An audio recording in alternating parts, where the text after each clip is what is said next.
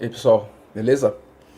Em primeiro momento, isso aí não é uma aula de psicanálise, tá? Não é uma aula para PhD nem nada do tipo. É só um bate-papo sobre ciúmes, porque eu havia feito um vídeo sobre o amor platônico e algumas pessoas vieram conversar comigo que gostou do vídeo e que se eu pudesse falar sobre temas parecidos. Então, foi sugerido falar sobre questões relacionadas ao ciúme. E aí eu vou trabalhar aqui rapidamente com vocês a questão do que o Freud fala sobre ciúmes, né? O Freud é o pai da psicanálise. Ele se debruça por vários temas ao longo da sua carreira, ao longo da sua vida. E quando ele trata desse tema específico, ele vai delinear três tipos de ciúmes básicos, que é o ciúme competitivo, o ciúme projetado e o ciúme delirante. Em primeiro lugar, ele nos afirma que o sentimento de ciúme é um sentimento normal, que nós seres humanos temos. Se você não tem ciúme, é porque ao longo da sua vida você sofreu um processo de repressão muito forte, então isso está guardado no seu inconsciente. Mas o ciúme, ele se deriva do medo de se perder o objeto amado.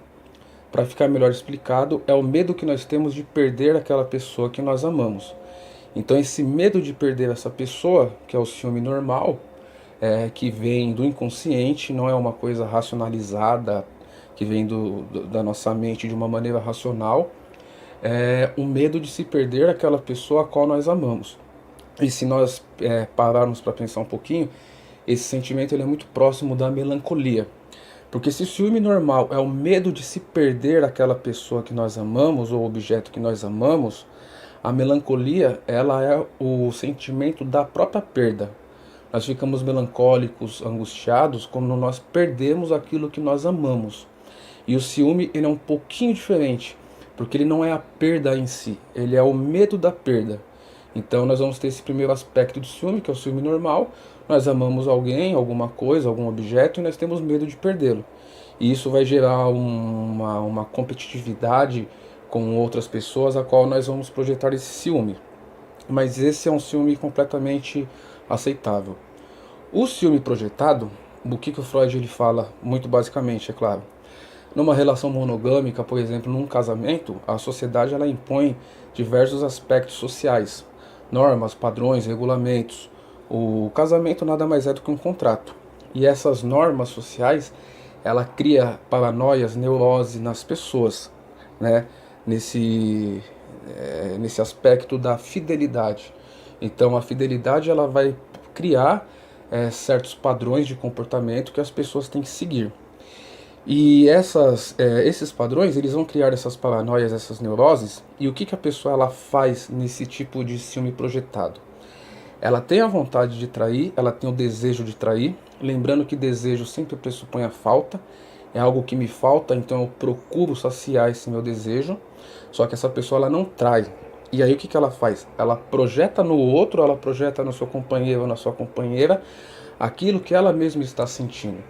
Então esse sentimento de ciúme projetado, na verdade, é você que está tendo desejos de infidelidade, mas por conta das pressões sociais não comete o adultério, né? Se mantém na relação monogâmica e projeta no seu parceiro ou parceira os sentimentos que são seus. Isso é sensacional, né?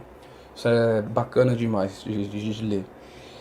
E o terceiro tipo de ciúme, que é o ciúme delirante, e esse ciúme eu acho que explica muitas coisas da sociedade contemporânea, principalmente ligado à homofobia. Todo homofóbico é um gay enrustido, é uma pessoa que não conseguiu se libertar das suas repressões desde a época da infância e da juventude. Esse tipo de ciúme, ele vem de um amor homossexual.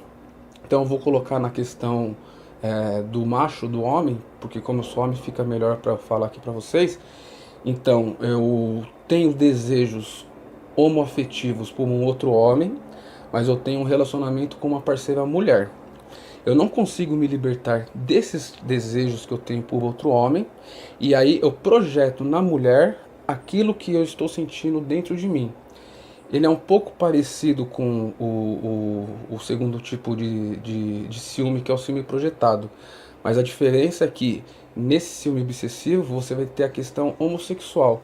Essa pessoa ela tem questões homossexuais não respondidas, não satisfeitas, não ela não conseguiu se, vamos colocar nesse termo, sair do armário ao longo da sua vida, e aí joga na outra pessoa aquele desejo que ela mesma sente. Beleza, pessoal? Lembrando, isso é só uma base, isso é uma prévia muito simples. Sugiro aí que vocês se debrucem na obra do Freud, que é muito bacana. Ele, Marx e Nietzsche, três gigantescos. Falou!